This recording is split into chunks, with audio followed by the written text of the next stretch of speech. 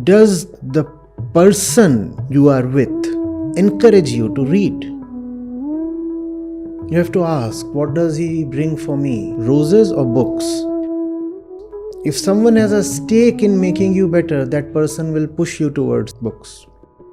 Books are what we all need.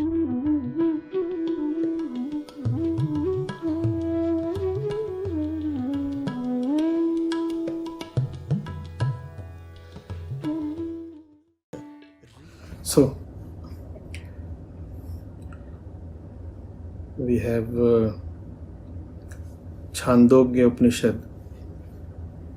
We are starting from 5.3.1 and we'll take a few verses thereafter.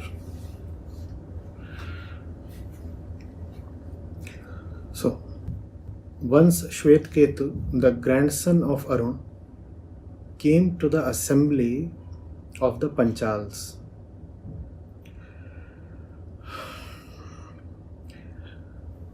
Pravahana, the son of Jaivil, inquired of him, "My boy, has your father instructed you?"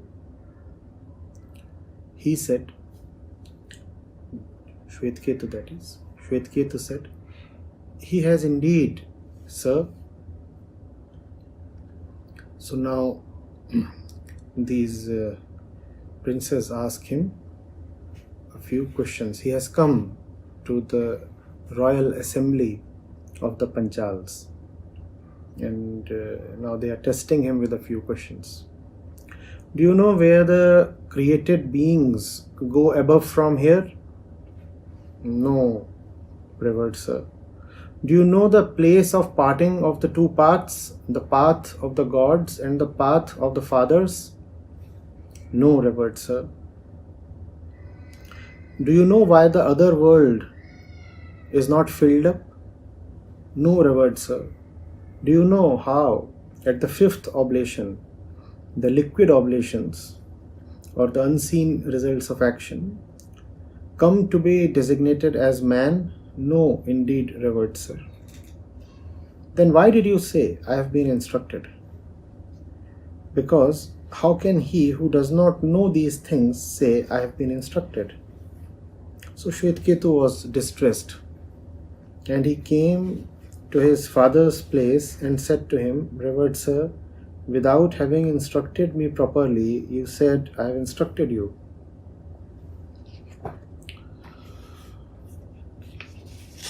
That nominal Kshatriya asked me 5 questions and I was unable to answer even one of them.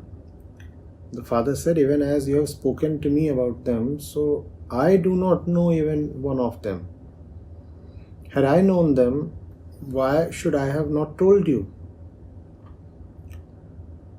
So then the father, Gautam, went to the king's place. When he arrived, the king made reverential offerings to him. In the morning, he presented himself to the king when he was in the assembly. The king said to him, "O revered Gautam, please ask for a boon of human wealth." He replied, "O king, let the human wealth remain with you. Tell me those words which you spoke to my boy." The king was perturbed. The king commanded him, "Stay here for a long time." At the end of the period, he said to him, "Even as you told me, O Gautam, prior to you, this knowledge never went to the Brahmins. This is why the expounding of this knowledge belonged to the Kshatriyas in earlier times in all the worlds." And then he instructed him. Alright. See what is happening. Let's try to understand.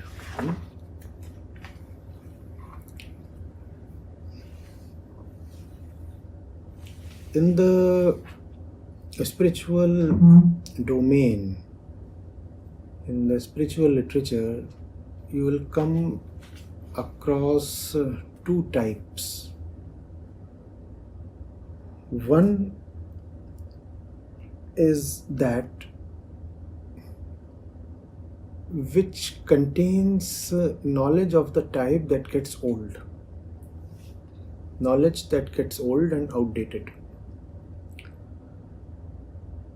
So that consists of ideas, principles, concepts, speculations, imaginations. These are things that are limited by the human condition at a particular place, at a particular time. You know only so much, and what you know is determined by where you are, how old you are, who surround you, how you have been educated, what is the level of accumulated knowledge in your society, those things. And as time marches on, you find that in general you are accumulating more knowledge, better knowledge, more refined knowledge, and the stuff that you had in earlier times is no longer relevant. And knowledge of this kind abounds the spiritual books. That part has to be put in its place. That part has to be seen as time bound, not timeless, not something that will bring you to liberation, but still of interest, because it gives you a peek into the mind of the inquirer and the conditions of the times when the scripture was composed. This differentiation is very important. If this differentiation is not made, if literatures of these two kinds are not seen as different, fundamentally different from each other, then there is a lot of problem. Stuff that is of time-bound nature must be of interest to us only to the extent it helps us know the prevailing conditions of those times. So there is a historical importance. You come to know what those people used to believe in, what their concepts were, how they were limited, how the society was organized, and many other interesting things. Like you study in history or archaeology, museums are important, are they not? And there is a beauty that you perceive then when you visit a museum. So the time-bound parts of scriptures indeed do have beauty, but that beauty has only a historical, or you could say archaeological significance. When I am talking of archaeology, I am talking of it in the subtle sense. You could say in the psychological sense. Now there are these questions that Shvetketu is asked. So what are those questions? Do you know the place of the parting of the two paths, the paths of the gods and the paths of the fathers? The fact is that absolutely, truly there are no such two paths. That these paths exist is the belief of those times. So importance does not lie at the level of knowledge. These princes that Shvetketu has gone to, they are testing him in knowledge. Have you been told of the path of gods, of the path of the fathers? Shvetketu says, no, I do not know. Similarly, and they are asking him, do you know why the other world is not filled up? Now, it would be a great mistake if you start thinking that Chandogya Upanishad is about some other world and it's filling up. No. This story is not there to instruct you about the other world or the path of gods or the path of fathers. These are mere beliefs of those times. And these beliefs are not at all central to the Upanishads. Here it has been mentioned in the passing. The emphasis of Upanishads is on understanding reality as it is and being liberated from it. Upanishads do not stand for cultivating beliefs about this world or the other world. Similarly, the question, do you know how at the fifth oblation, the liquid oblations come to be designated as man? Fourth oblation, fifth oblation, seventh oblation, they carry no spiritual significance at all. Similarly, the liquid oblations do not come to be designated as man. Even that is either a euphemism, a metaphor of some kind, or a mere belief that has been outdated beyond any kind of acceptability today. So these questions are asked to him, and in some sense his current knowledge, his general knowledge is being checked, and Shvetketu honestly says, I do not know any of these things. So they say, if you do not know these things, then how come you say that you have been instructed? So he goes back and he says, Father, you have instructed me, I do not know these things. I went there and I had to face this humiliation. They asked me these questions, I had no answers, and they said, you claim you are instructed, you do not know anything. The father says, son, had I known of these things, I would have instructed you. Even I do not know of these things. So then the father goes to the king and says, King, tell me about the stuff that you spoke to my son. The king says, well, you can take a lot of wealth. He says, I do not need your wealth. You tell me of the stuff that you spoke to my son. Now, this is what is timeless. This is what is important. And you must gather the distinction. See, today it is of no significance. All this talk about the path of gods, path of fathers, fifth oblation, liquid oblation, this, that, no significance. All that has gone. All that has changed. Nobody has those questions today. But what is it that has remained unchanged since the Chandogya Upanishad till today? What is it that has not changed? Human relationships. People will have sons, and people must know how to raise sons. And people will have ignorance.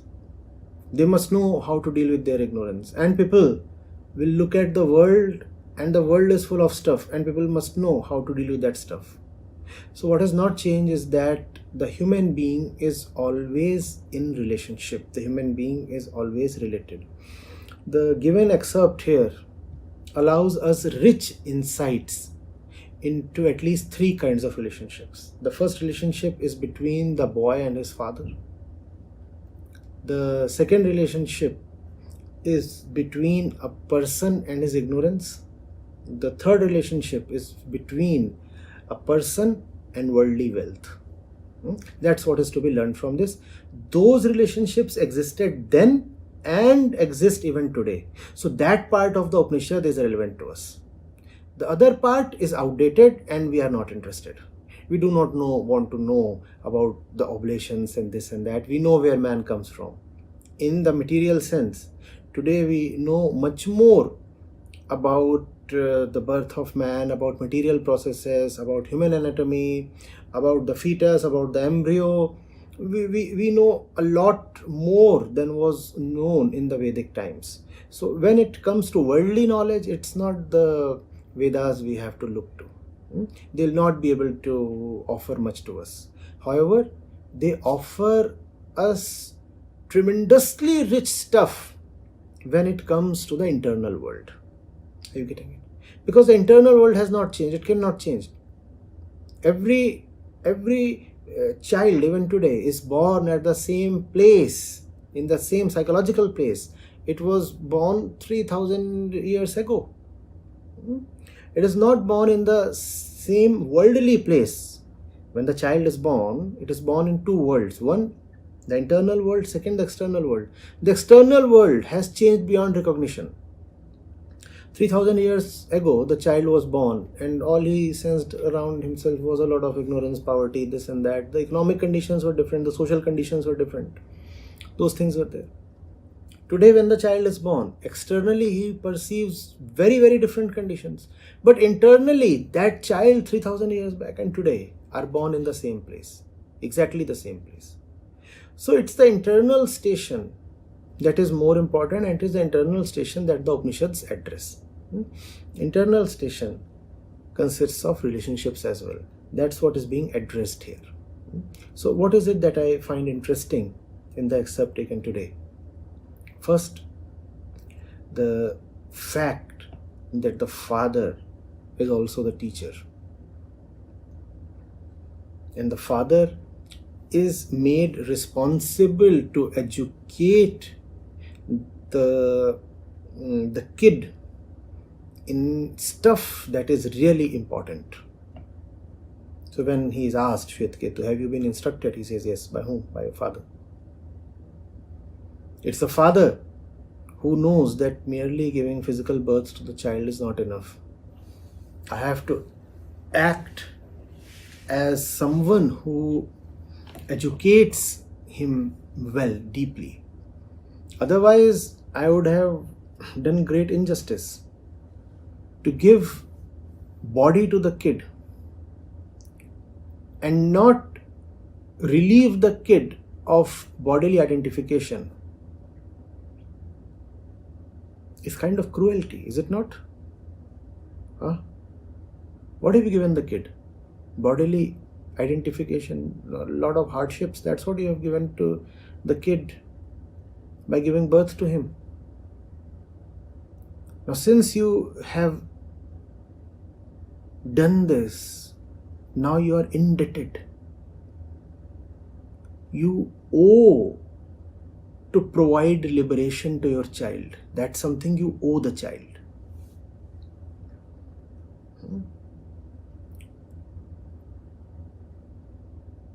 Else you have harmed him.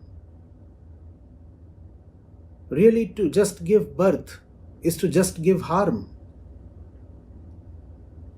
So if you are giving the body to the child, it is extremely important that you do not fail in your role to give freedom from bodily identification to the child. And that's the role Shvetketu's father has taken upon himself. Then this passage offers valuable insight into the kind of society that is there. He goes to some place. They are not really assessing him on his wealth or pedigree or other things. And he is going to a Kshatriya assembly. And Kshatriyas are not really supposed to be very serious about knowledge. They are supposed to be serious about worldly acquisitions, victories, wealth, power, these things. But such was the society that even the royals were more interested in knowledge. So much so that at one point the king says there was special knowledge. It was the privilege of Kshatriyas and never known to Brahmins, but now that you have come to request, I'll share it with you. So even the kings were very interested in knowledge. And that's the lesson that you learn from this passage. Irrespective of what you do in life, your primary interest, your central love has to be knowledge.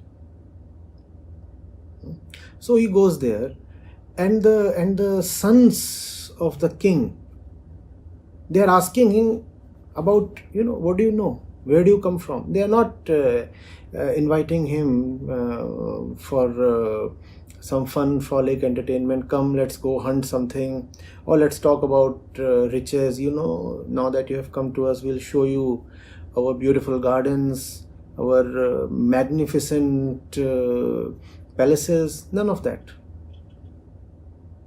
And these are mere boys.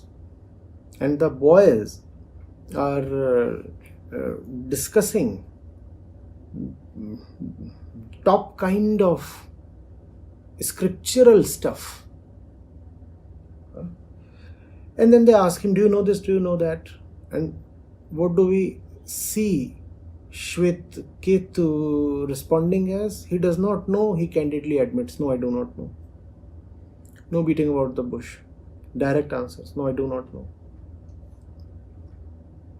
And when he does not know, they say, if you have not known, then you must not call yourself instructed. You need to do better, you need to know more. The fellow comes back and asks the father, he said, well, you said that you have taught me, but if you have taught me, why have you not taught me these things? Father does not say, well, these things still remain, and when you will be eligible, I'll teach them to you. Look at the commitment to truth in this relationship. The father says, I have not taught these things to you because I do not know these things. Had I known, I would have taught them. The father is so honest in admitting. And then what does the father do? Now that the son has raised this question, the father cannot let it go lightly. The father takes it upon himself to learn, and the father goes to the king. What does the king do? The king says, all right, revered Brahmin, you have come to me. Tell me, what in the world do you need? Ask me for wealth. He says, you keep the wealth to yourself. You tell me of the stuff that you spoke to my boy. Again, deep insight into the mind that leads to the Upanishads. When you have a mind like this, when you have social conditions like these, that's when the Upanishads result. The king is offering money. The father is saying, I don't need money, I need knowledge. I'm accountable to my child. I'm accountable to myself as well, because I told my child, when I will know, I will teach you. Had I known, I would have taught you. So my prime responsibility is to know, not to accumulate or gather. I'm obliged not so much to be rich, but to be knowledgeable. So, this is the process of Vedanta, and it is the process that is important. The process that is important. If you can have that process, then Vedanta is an unending stream. You will have Upanishads today as well. And that process must continue even today, because the things that you are seeing in this excerpt fundamentally, internally continue even today. Don't people have boys today? If people have boys today, by boys I mean kids, boys and girls both. If people have kids today, then they are responsible to educate them in the inner sense. Not just the education the kids get in schools, but real inner life education. And when you are teaching that stuff to your kids, then you must tell the kids that it is not the knowledge that I'm giving you is important, but your honesty towards knowledge. It is a good thing to know, but it is a higher thing to admit when you do not know. If you know, but you do not know to confess your ignorance when you face it, then all your knowledge is worthless. So even if Shvetketu couldn't answer the questions of the royals, he still didn't miserably fail. He passed the test of honesty. All right, I do not know at the level of knowledge what you are asking me. But one thing I know for sure, when I do not know, I must admit. I will admit I do not know, and I'll go back to father and ask him, why didn't you teach me this stuff? And father says, all right, I couldn't teach you this stuff, but let me at least not fail in teaching you honesty. Being the son, if you could admit to the princess that you do not know, being the father, how can I fail in admitting to you that I do not know? If Shvetketu does well, the father does better. Because it is easier sometimes to acknowledge your ignorance in front of outsiders, but very difficult to acknowledge your ignorance in front of your own family members, especially your sons and daughters. So the father does that, and the father does not stop there. The father then wants to redress his ignorance. So he goes to the king. And the king is saying, "You're a top scholar, you have come to me. Tell me, how do I serve you? What goods do you need?" He says, "No goods needed, something far more important. Tell me of the stuff you were speaking to, my boy." And the king says, "Now that you have asked for it, I'll share it with you. I'll educate you in that." Now, what the king tells the Brahmin, I repeat, is not of much practical utility today. But these attitudes are very important. The process that leads to the generation of true knowledge, that is very important. And that process cannot change. That process is timeless. The output of that process might be time dependent, but the process has to be timeless. Inquiry is not something that can belong to one particular age and gets irrelevant in another age. People had to be inquisitive then, people have to be inquisitive today. And if you're not inquisitive towards your inner condition, you may never come to know how bad the inner condition really is. And that is where we are actually doing far worse than the ancients. The ancients, to be truthful, did not really have great outer and material conditions. There is no need to glamorize the worldly, tangible conditions of those times. And they cannot be faulted for that. Because knowledge is an accumulative process. One generation builds upon the knowledge of the other generation. Today, if you have so much science and technology, that does not prove that this generation is especially brilliant or outstanding. It merely means that this generation stands at the receiving end of hundreds of previous generations. You have received all their accumulated knowledge and you are enjoying that. They were the ones who were not at the receiving end of knowledge generated by several previous generations. Man's consciousness was just opening up. Knowledge was just beginning to be generated, unlike today.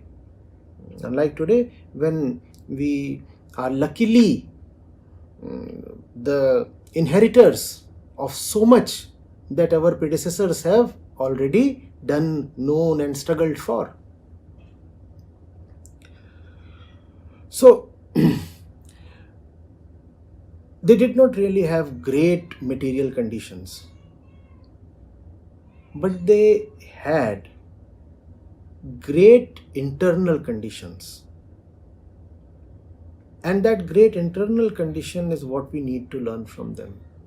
Today, because we have great in terms of material wealth and prosperity and all, great external conditions, but pathetic internal condition.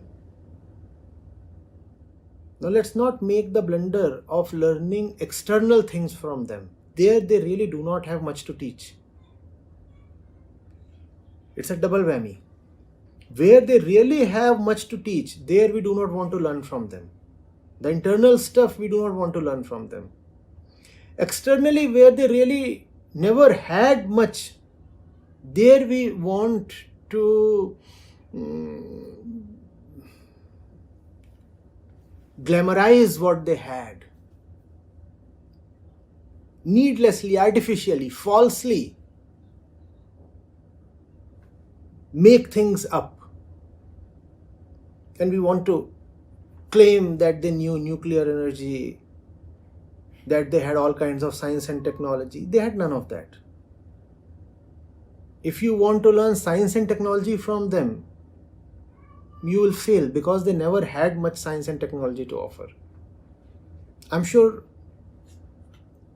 that this would hurt a lot of people who want to entertain them with the belief that all the knowledge was already there with the ancients. No, it was not. But they had something, I'm saying, far, far more important than material knowledge. And that is what you need to learn from them. Are we getting it? Learn the right thing from the right person. You cannot go to the Vedas and try to learn science and technology. They were not written to teach you science. But followers of religious sects take great pride in declaring that all the scientific knowledge is already contained in our holy book, which is a lot of nonsense. This claim holds no ground. But the right scripture has something else, and that something else will never become outdated. That something else is the juice of life. That something else will always remain supremely important. And that is understanding of the mind, the purpose of life, the right view towards life. And that is why, I find this particular excerpt from Chandogya very meaningful. If you start getting into the content of the knowledge that the royals had and grilled Shvetketu on, you will not find much there. Maybe some symbolic meaning can be there, but even the symbolism you will find too far-fetched. But the other thing is very important. Look at the relationship between the father and the son, between the father and the king, between the individual and knowledge, between the individual and ignorance. That's what you need to learn from here. Learn the right things from the Upanishads. Know what to take from where.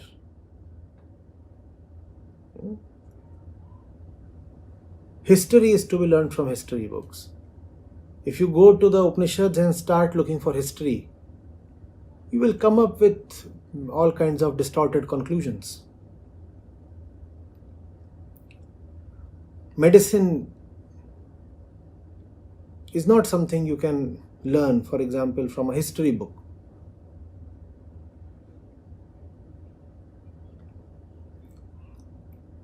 A spiritual text is that which concerns itself with self-knowledge. That is defining characteristic, not all the other things. The other things can be kept aside. They may have some relevance, but no spiritual dimension whatsoever.